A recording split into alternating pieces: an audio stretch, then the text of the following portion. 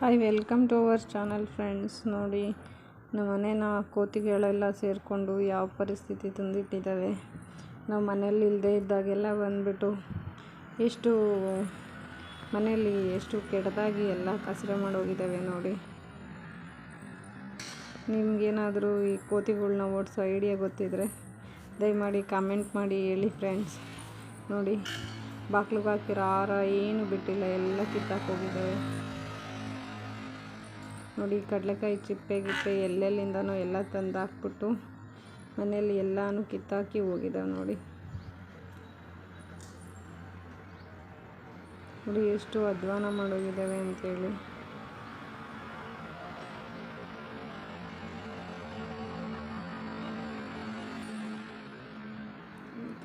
ನಾವು ಬಾಗಿಲಿಗೆ ಒಂದು ತೋರಣ ಮತ್ತು ಒಂದು ಹಾರ ಹಾಕಿದ್ವಿ. ಆ ಹಾರನೂ ಚಿಂದಿ ಮಾಡಾಕ್ಬಿಟ್ಟಿದ್ದಾವೆ ಎಲ್ಲ.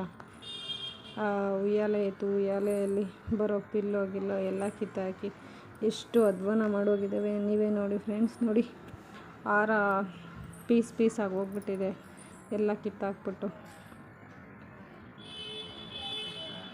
ನೋಡಿ, ಫುಲ್ಲು ಹಾಕಿರೋದು ಎಲ್ಲ ಕಿತ್ತಾಕಿ ನೆಲದಲ್ಲಿ ಬೀಳಿಸಿ ಹೋಗಿದ್ದಾವೆ. ನೋಡಿ,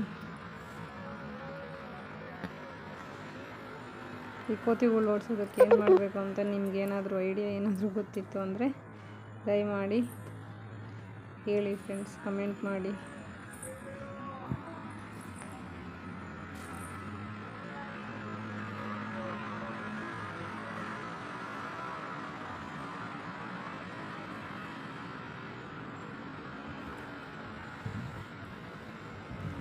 ನೋಡಿ ಫ್ರೆಂಡ್ಸ್, ಎಷ್ಟು ಗಲೀಜು ಮಾಡಿದ್ದಾವೆ ಅಂತೇಳ್ಬಿಟ್ಟು.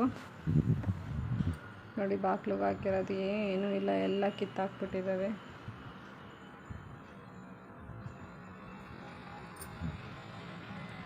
ನೋಡಿ, ಹಾರ ಅದು ಹಾಕಿದ್ದಿದ್ದು ಎಲ್ಲನೂ ಕಿತ್ತಾಡ್ಬಿಟ್ಟು ಮನೆ ಹೊರಗಡೆ ಎಲ್ಲ ಕಸರೆ ಎಲ್ಲ ಮಾಡೋಗ್ಬಿಟ್ಟಿದ್ದಾವೆ.